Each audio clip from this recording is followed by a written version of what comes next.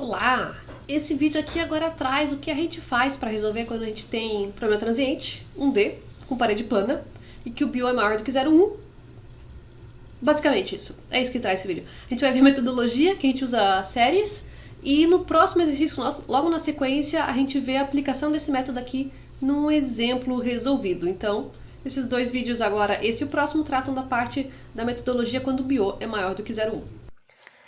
Bom, então chegamos na opção de o que fazer quando o meu BO é maior do que 0,1 e eu não posso mais usar o meu método maravilhoso da capacitância global, que é muito mais simples. A gente tem um outro método, que é um pouco mais chato, que usa séries. Mas, para alguns tipos de problemas, como aqueles de sempre, que é a parede plana, cilindro longo, esfera, a gente tem soluções já pré-resolvidas e tabeladas em formato de série. Então, nós vamos ver agora como é que fica para o BO maior do que 0,1. E aí, sempre que a gente vai resolver um exercício, na verdade, o que você faz, você checa o BO. Vê qual é, vê qual é. Lembrando o que quer dizer esse BO. O BO pequenininho, se eu tenho um BO menor do que 0,1 e eu tenho, por exemplo, uma parede plana, e aqui nós temos convecção, o que ele está me dizendo é que a temperatura desse ladinho aqui, a cada time step, ela é uma só para toda a minha parede. Então, se esse aqui é o 0 segundos, esse aqui é 1 segundo, esse aqui é os 2 segundos, uma temperatura só representa a parede inteira e eu posso chamar de T, por isso que eu faço a equação da energia e consigo tirar. Quando o BO é maior do que 0,1, essa mesma parede ela vai se comportar um pouco diferente. Você tem aqui a convecção e essa temperatura aqui ela não é igual a outra, então ela tem um perfil de temperatura. Esse aqui seria o 0 segundos, aí depois esse seria 1 segundo e assim por diante. E ele tem perfis de temperatura diferenciados. E aí uma temperatura só já não representa mais o meu problema inteiro. Eu não posso simplesmente pegar e fazer aquele dt, integrar e tirar um valor daqui. Isso já não funciona. Eu tenho que levar em conta essa variação de temperatura agora em x. Então, por exemplo, o t em x igual a 0 é 1, em x igual a 1 é outro, e assim por diante. Então é isso que nós vamos ver agora. A gente parte da equação principal de difusão de calor de novo. Então tá aqui a equação de calor, eu botei ela aqui na versão 1D, porque a gente considera que essa distribuição de temperatura ela é unidimensional. Nota que eu sempre desenho com uma reta. Parede plana é um sistema unidimensional, esfera é unidimensional, cilindro longo é unidimensional. Então a gente parte do princípio que é unidimensional, por isso que não tem o gradiente em x e... Não tem gradiente em y e z, tem só o gradiente duplo aqui em x e a nossa versão transiente. Nota que eu usei um alfa aqui. O alfa é o nosso valor de difusividade térmica, ele é o agrupamento do K ρ C, tá? Se eu bem me lembro, ele é K sobre ρ C. É só uma forma de a gente juntar as variáveis de outra forma. Chama de difusividade térmica.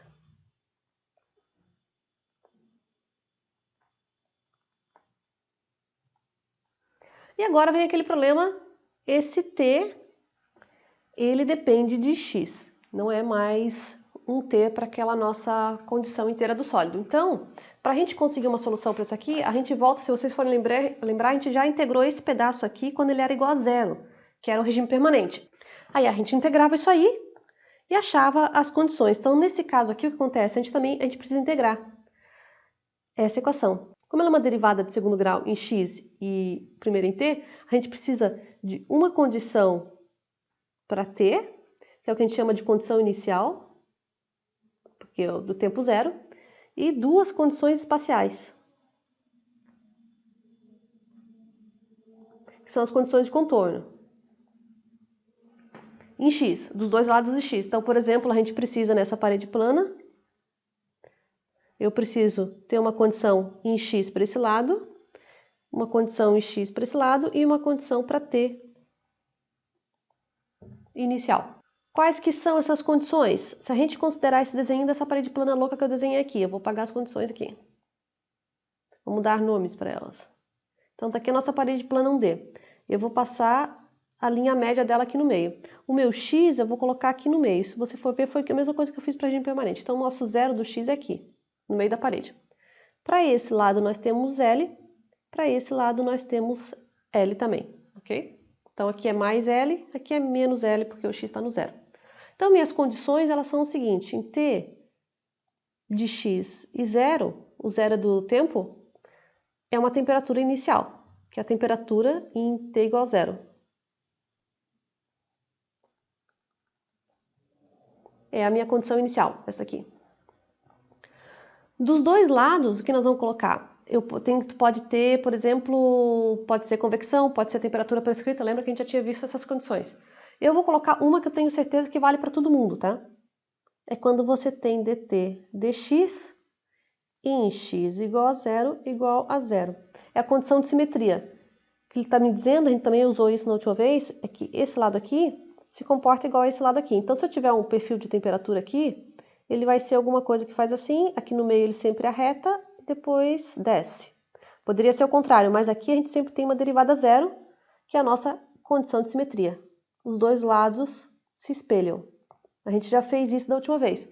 Então essa daqui, ela vale tanto para a convecção dos dois lados, como para a temperatura dos dois lados, ok?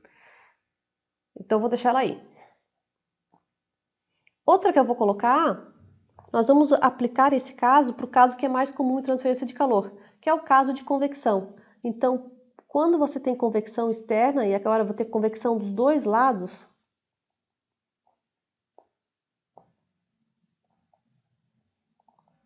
então eu vou aplicar especificamente agora a segunda condição para esse caso aqui.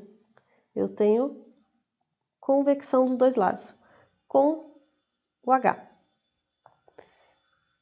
Então, em x igual a L, que é esse ladinho aqui dessa parede, eu vou ter, quando eu faço um balanço nessa paredezinha aqui, tudo que chega por condução ou que sai por condução tem que ser igual ao que entra ou sai por convecção. Então, nós temos menos K dt, ct de temperatura, né?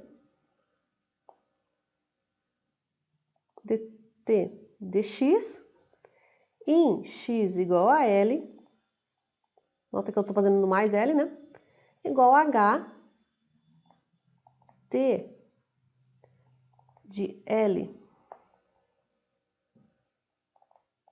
e T menos T infinito.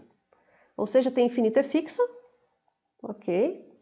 Mas esse T de L, Tzinho, ele varia com o tempo. Tzinho é a nossa variável do tempo e o L é o ponto dele. Então é o T aqui assim. Esse é o nosso T, sempre em L, mas variando com o tempo. Nota que isso aqui não é um valor fixo, né? Porque a temperatura ali varia, esse T de L, Tzinho varia com o tempo. Então, tu vai ter que ir atualizando a cada time step. Então, para o tempo 1 tu vai ter um valor, para o tempo 2 tu vai ter outro, etc. Essas são as condições de contorno. O que acontece aqui?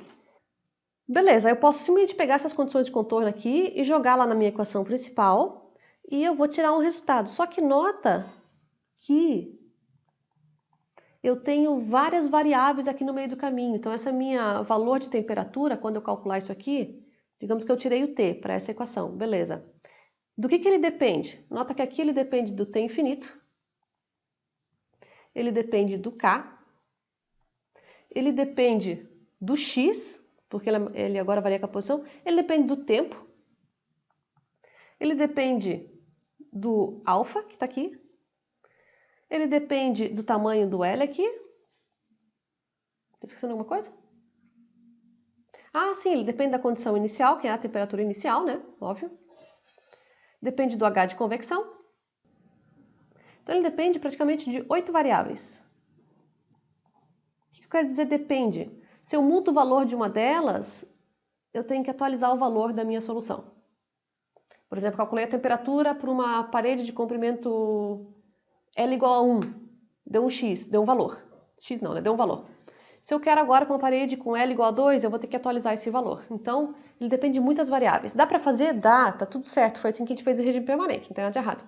Porém, quando a gente vai passar para esse do método do Biot maior do que 0,1, a gente, para diminuir esse número de variáveis e ter, por exemplo, valores que valem para várias condições, quem fez McFlu, lembra aquele negócio de usar quando você vai fazer o coeficiente de fricção de uma esfera, por exemplo, o arrasto de uma esfera, no ar, você usa geralmente o gráfico de CD por Reynolds e não de força por velocidade de escoamento, porque daí tu tem que fazer ter um monte de variáveis que você pode adimensionalizar, é a mesma ideia. Nós vamos adimensionalizar para ter, por exemplo, um gráfico ou uma tabela que representa vários casos. Aí quando tu põe esses valores de K, X, etc., tu acha o teu ponto. É a mesma ideia de adimensionalização de variáveis. Muito prática, a gente usa muito em engenharia, né? Principalmente nessa parte de transferência de calor, mecânica dos fluidos. Então nós vamos fazer o quê? Vamos trocar essa equaçãozinha aqui por uma versão adimensional dela para diminuir esse número de variáveis e ter um negócio mais prático. É relativamente fácil para fazer isso. A gente adimensionaliza 3 variáveis. A temperatura, na verdade, esse θ a gente já estava acostumado, só que a gente vai usar agora uma versão diferente do θ. Então, a temperatura dimensional, para transformar aquela equação na forma adimensional dela, lembrando que em quem era o θ, galera? O θ a gente já sabia, já tinha usado em vários momentos, é o T menos o T infinito. Só que agora esse T, ele depende do x e depende do tempo. Então, eu vou colocar aqui como o que ele depende, né? Para deixar claro que ele não depende só de x, agora ele depende do tempo também. Quem era o θi? A gente já tinha visto também θi. θi é o t inicial menos t infinito. Nota que agora eu não botei x e t aqui no t inicial, porque o t inicial é um valor. Toda a parede está a 25 graus Celsius. Então ela independe do x, independe do t. Beleza? Ok. Nesse caso aqui, tá? Existem alguns problemas onde tu tem o t inicial que depende do x, mas aí tu não consegue resolver por esse método. Aí tu tem que resolver numericamente. Então o que eu estou fazendo aqui é dividindo um pelo outro. Quando eu divido um pelo outro, eu tenho o que eu chamo agora de θ estrela, tá? Que é a temperatura adimensional. Então cuidado, a gente evoluiu um pouco do que a gente tinha antes. Antes a gente sempre carregava esse θ sobre θi, agora eu já chamo esse cara aqui de θ estrela. Nota que isso aqui é equivalente a tu ter a variação de temperatura naquele tempo e espaço específico sobre o máximo que você tem no teu problema. O máximo é sempre o inicial, né? Que é quando as duas coisas estavam com temperaturas diferentes. À medida que o tempo passa, tua parede ou teu sólido ele tende a ficar perto da temperatura do T infinito. Beleza. Então, nota que interessante aqui que o nosso θ estrela, vou botar mais para cá, θ estrela, ele só consegue assumir valores entre 0, que é quando o txt menos t infinito é 0, ou seja, quando eles são iguais, nosso regime permanente, né? Quando você está chegando no regime permanente lá, quase. E 1. 1 é quando ele estava na condição inicial. Tu nota que agora eu só trabalho com essa temperatura dimensional entre 0 e 1, ok? 1 é quando você está no time step 0 segundos, e aqui é quando você está mais para frente.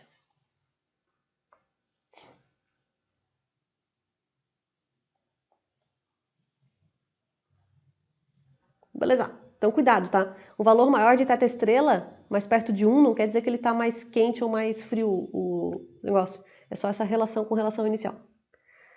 Beleza. Segundo, a gente adimensionaliza o x. Então a gente tinha x e eu faço x sobre L e ele me dá esse x estrelinha, tá? Esse é mais tranquilo. Uma observação, nota que o meu L é a metade da placa.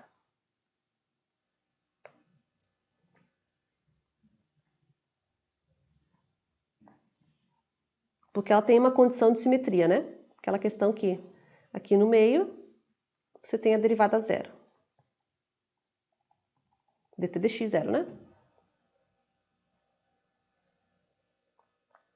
Aí você tem L para cá e L para cá, ok? Metade da placa.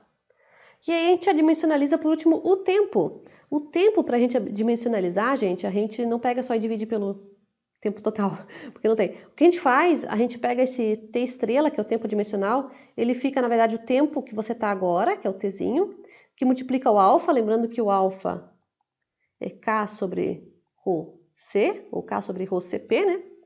Que divide pelo tamanho da placa ao quadrado, ali, metade da placa ao quadrado, L2. Esse número está escrito aqui como FO, porque esse aqui é o que a gente chama de número de Fourier. É um número dimensional comum que aparece em transferência de calor. Ele é chamado de Fourier, em homenagem à pessoa lá que batizou ele. E o que ele te dá, tá, se você for ver, é uma relação entre a condução e o acúmulo de energia. Ou seja, se eu tenho um Fourier alto, quer dizer que o meu ΔT, que é a difusividade térmica, é alto. Um alfa alto, ele quer dizer que o teu sólido consegue passar o calor de forma rápida para dentro, ou seja, a parede sente a troca de calor e consegue passar isso para dentro de forma mais rápida. Quando você tem um alfa alto, então, a condução no sólido ela é alta. Quando comparado com o acúmulo, tá? Se você tem um Fourier baixo, ele acumula energia e demora para passar. Essa é a ideia. Por que isso, tá, gente? Porque nós vamos ver que esse método aqui, além de ser para Biot maior do que 1, nós temos uma segunda simplificação, que é para Fourier alto. E aí tu pode usar um método mais simplificado ainda. Então nós já vamos chegar lá. O que acontece? A gente pega essas três e joga nessa primeira equação aqui. E o que acontece é que ela fica nesse formato aqui. Então essa daqui é a equação de difusão adimensional. 1D, né? Nota então que a tua derivada segunda do tempo, da temperatura agora é do θ estrela, é com relação ao x estrela, e do outro lado lá, nota que sumiu o tempo em si, porque na verdade ele fica com relação ao Fourier. Esse cara aqui é quem a gente integra, e você deve estar apresentar qualquer diferença, basicamente não muitas. O que acontece é que aqui nós novamente precisamos de uma condição inicial, que é uma condição para o Fourier, tá? Por tempo. Então, a gente tem uma condição inicial, que é o nosso θ estrela, em x estrela e 0, é 1. 1 porque, aqui como eu falei, em t igual a 0, esse valor aqui vira 1, porque o teu t x tempo é ti, ok? Então deixa eu apagar aqui para não confundir depois. Mas ele começa com θ estrela 1, essa é a tua condição inicial, beleza. As duas condições espaciais, que a gente chama de condições de contorno. Nós temos ali a derivada de θ estrela com relação ao x estrela em x estrela igual a 0, que é o meio da placa, continua sendo 0, porque a derivada do tempo aqui no meio da placa, o x estrela 0, é o meio da placa. Porque é ali que o x está 0, né? Então dá 0 sobre L, dá aquele espaço ali. Continua sendo 0, porque o θ estrela é esse cara aqui, esse é fixo, esse é fixo, esse é fixo, o único que ele deriva é esse. O meio da placa é 0. Então se mantém. E a segunda que nós temos, que era a convecção, ela vira isso aqui.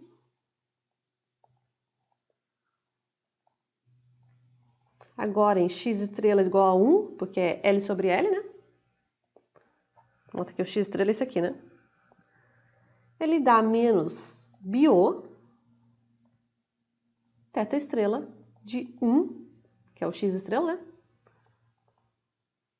E o tempo adimensional. Não fiz toda a dedução, gente, mas aqui porque o Biot, que ele é o nosso HL da placa, né? Sobre K. Então ele vai dar isso aqui. O θ aqui, estrela, vai dar a diferença de temperatura que esses dois carinhas aqui.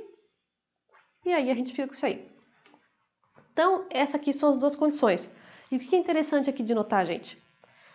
Nessa equação, a gente tem menos variáveis. Antes a gente tinha 8 variáveis com a temperatura. Então, estava lá, que a cada solução que eu tinha 8 variáveis que influenciavam. Agora, na verdade, o θ estrela, se tu for ver, ele depende de quem? Ele depende do Fourier, claramente. Ele depende do x estrela, beleza. E ele depende do Biot. Só isso. Então, aqui, a nossa solução para cada θ estrela que tu calcular, ela só depende do x estrela, porque o L está aqui dentro, então se eu mudo o L, eu não preciso recalcular tudo. Eu só preciso saber qual é o x estrela dele. O Fourier, que está aqui embaixo, e o Biot, que tá aqui. Então, nota que eu diminui de 8 variáveis para 3 variáveis, onde todas elas são adimensionais. Isso daqui já reduz muito o trabalho e eu consigo fazer, então, soluções que se aplicam a vários casos, onde eu só vejo em qual da temperatura, coordenada e tempo adimensional o meu caso se encaixa e pego aquele valor. É isso que a gente faz. Então agora você vai estar pensando, tá, mas eu ainda preciso integrar essa equação? Para a solução exata precisa. Então se você integra essa equaçãozinha aqui, com essas condições de contorno, lembrando que eu estou fazendo o caso para... Isso aqui é convecção, né? Parede plana, com o plano médio x no meio da parede, comprimento de 2L, então, cada L de um lado, e convecção dos dois lados. Quando eu integro isso, ele tem uma solução exata, gente. Mas eu nem escrevi aqui no equacionamento de tão chata que era para copiar, mas eu vou botar aqui rapidão, para vocês verem como não vale a pena usá-la. Mas, se você integrar, esse caso tem solução exata, tá? Ele vai ficar para esse caso específico. Então, só lembrando, vamos desenhar nossa parede plana aqui. Para esse caso, gente, a solução exata dá uma série. Então, ela fica, θ estrela é igual, somatório de n igual a 1 até quanto? Até o infinito. C, n, que são as constantes da série de cada termo, esp, que é o e, né? Elevado a menos um negócio que eu não sei nem dizer o nome disso aqui. É uma letra grega louca aí. Ao quadrado Fourier, cosseno dessa mesma letra grega, que eu nem sei repetir ela aqui. É isso aqui, onde o nosso Fourier é o alfa t sobre L quadrado, e o coeficiente Cn é só 4 seno dessa mesma letra louca, que eu não sei.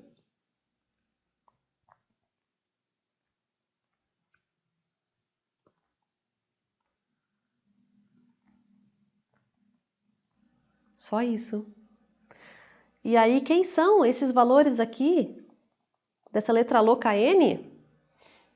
Eles são os autovalores, ou os valores que são as raízes positivas da equação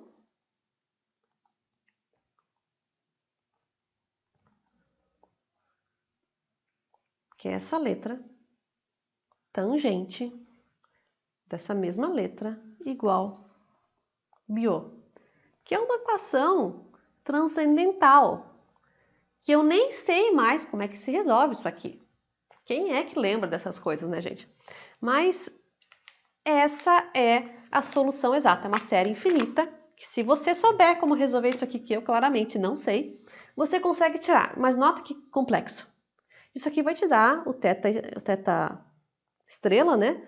Que é aí tu consegue ter o perfil de temperatura certinho desse cara aqui para cada time step e assim por diante.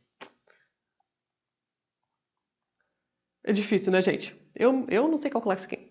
Qual que é a boa notícia?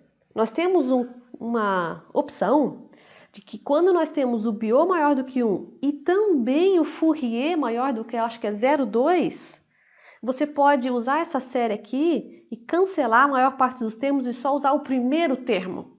E aí tu não precisa resolver essa equação transcendental, não precisa resolver esse monte de loucura aqui.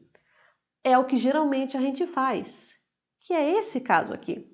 Que é quando nós temos o Biot maior do que 0,1, legal, e o Fourier maior do que 0,2. Se tu caiu nesse caso, tanto parede plana, quanto cilindro longo, quanto esfera tem solução, e a solução está tabelada para o primeiro ponto da série só. Tu pode truncar a partir do primeiro, que a solução já está muito boa. Não sei dizer o quanto boa, gente, mas é muito boa. É o que a gente faz na prática. Então, o que acontece? É essa que a gente usa.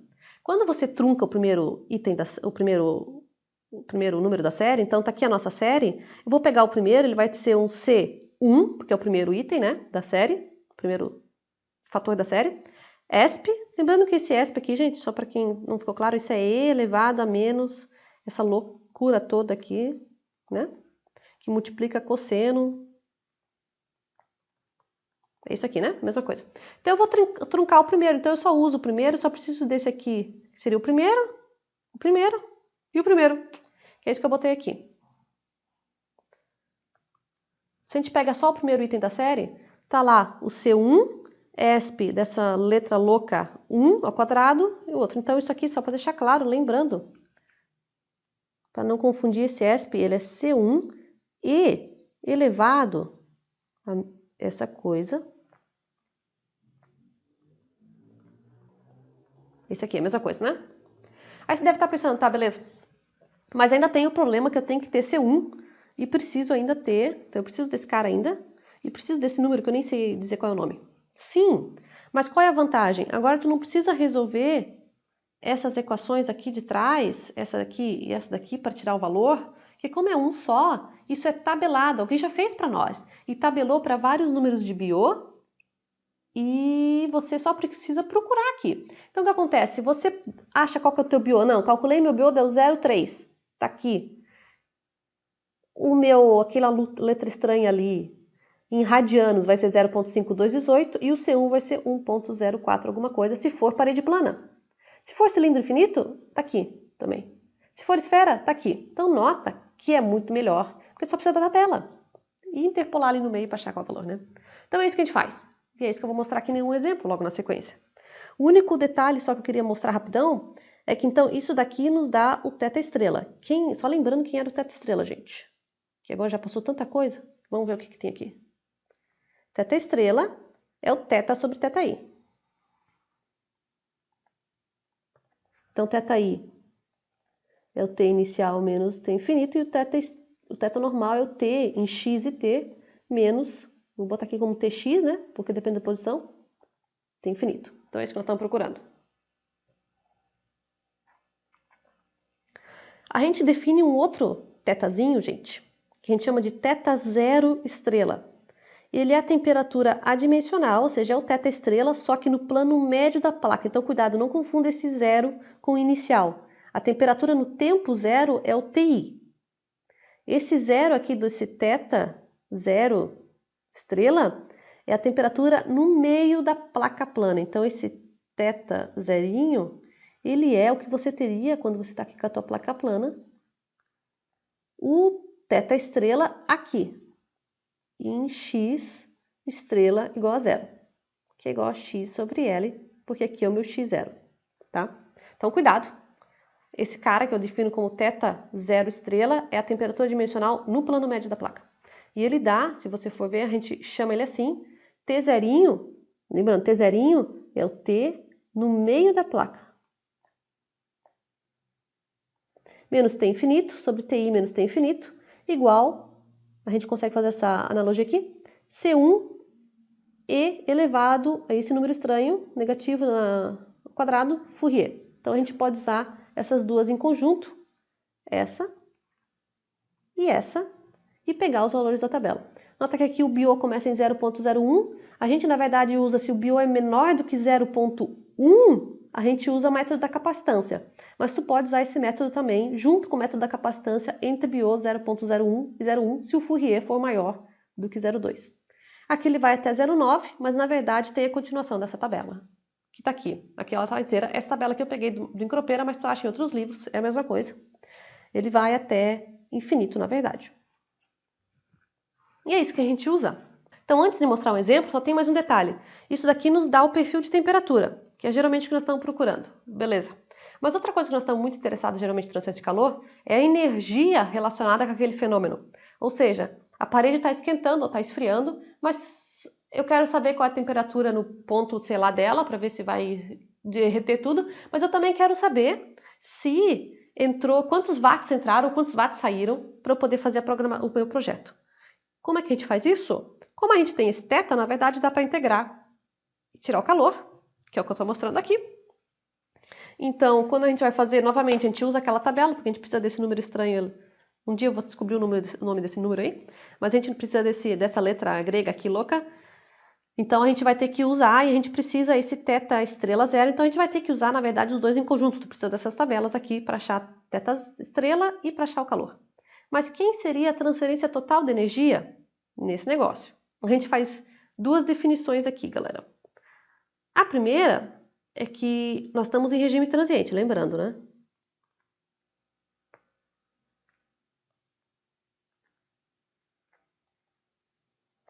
Então, por exemplo, tu vai ter que dar um tempo final para essa temperatura, para tu fazer esse cálculo, porque ela é integrada no tempo. Então, por exemplo, eu quero saber quanto de calor que entrou no negócio entre 0 segundos e 3 minutos. Tu tem que dar o tempo final para fazer essa integração, ok? E nós estamos considerando sem geração de energia. Nota que até agora, esse método todo que eu mostrei para Biot maior do que 1 e Fourier maior do que 2, 0,2, não tem geração de energia, tá, gente? Então, se tu caiu naquela radiação, geração, não sei o quê, olha o vídeo anterior, torce para ser capacitância global, porque senão, que é o mais jeito. Se não for capacitância global e tu caiu nesse caso aqui, é difícil tu resolver com radiação e geração e outras coisas. Geralmente aí tu parte para o método numérico, vamos para diferenças finitas, que nos salva. Mas quando não tem geração ou radiação, isso aqui funciona bem. Então, o que nós temos? Balanço de energia, né? Vamos lá para o nosso balanço de energia. Eu tenho E que entra, menos E que sai. Tá falhando minha caneta. É igual E acumulado. Beleza. Nota que aqui eu não botei o pontinho em cima, porque esse aqui eu estou trabalhando em joules. Quando a gente integra, o do watts vira joules, né? Então, o que nós temos? Na verdade, o E acumulado, eu vou dividir ele entre a diferença entre o que a gente tinha de energia no tempo zero, ou seja, energia em zero, né? E a energia que eu vou ter quando eu pedir para parar o cálculo. Então, a energia no tempo, por exemplo, 3 minutos. É um menos o outro. Beleza. Aí a gente tem ou tudo entra ou tudo sai. Eu vou fazer a convenção de que toda a energia aqui está saindo, tá? A diferença é que o valor vai dar positivo ou negativo, dependendo da tua convenção. Eu vou fazer a dedução igual a do encropeira. Então, nós temos aqui que a energia que sai é igual a menos energia acumulada. Beleza. Quem é a energia que sai? É o que eu estou querendo saber. Tá? Ou a que entra, vai dar o valor negativo, só não tem problema. E quem é essa acumulada? Menos, ela seria a energia final, menos a energia inicial. Então, a energia no tempo que eu parei de contar, menos a energia no tempo t igual a zero. É isso daí. Quando a gente troca esse cara, lembrando que a acumulada ele é o quê? Ele é ρ, v, c, e quando a gente faz a equação, ele dá dt, né? Nesse caso aqui. Então, na verdade, o que a gente está falando, não, então eu vou pegar a temperatura no final, menos a temperatura no inicial, para descobrir qual que é o valor. Quanto que ele tinha no início, quanto que ele tinha no final, né? Porque daí eu parei o tempo, ele vai multiplicar pelo tempo que eu pedi, né? Então, vamos lá, isso aqui vai dar menos integral de ρ, c, temperatura. Só que nota que ela depende de x, né? Não é uma temperatura só para o sólido inteiro, como no anterior. Menos T inicial, que integra no volume. Por que integra no volume? Porque depende do x, galera. Eu não vou integrar no tempo, por quê? Porque o meu tempo é esse somatório que eu estou fazendo entre t igual a zero e t igual, sei lá, 5 minutos. Quem varia nesse caso aqui, que eu tenho que integrar no volume, é porque a minha temperatura varia com x, o que antes não acontecia com a capacitância. Então eu tenho que resolver essa integral. O que acontece? A gente dá alguns nomezinhos aqui, a gente chama de Q zerinho, o que seria a troca de calor máxima. Se eu considerasse que está todo mundo a T inicial no início, né? E todo mundo fica igual ao T infinito, que seria o T do fluido, em regime permanente. Então, esse aqui seria o que a gente chama de troca de calor máxima.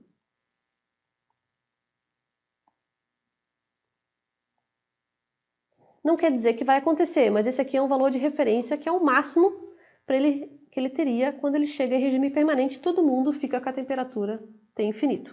Como eu falei, não vai acontecer, a não ser que tu queira saber regime permanente, mas você pode parar antes. Por quê? Porque daí a gente pega, na verdade, divide esse carinha por esse carinha. E aí, quando eu faço isso,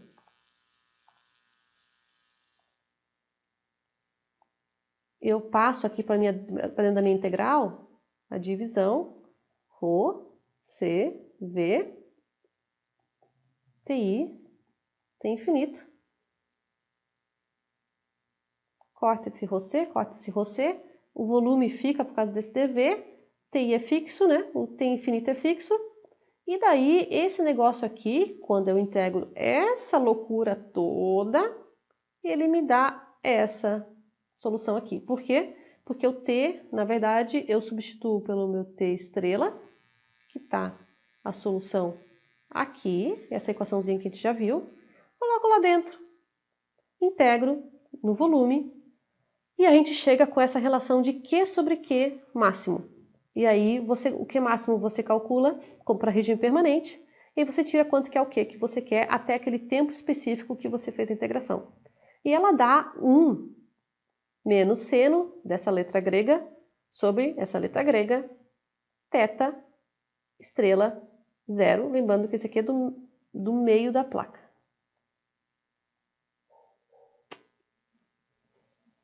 Que tá aqui.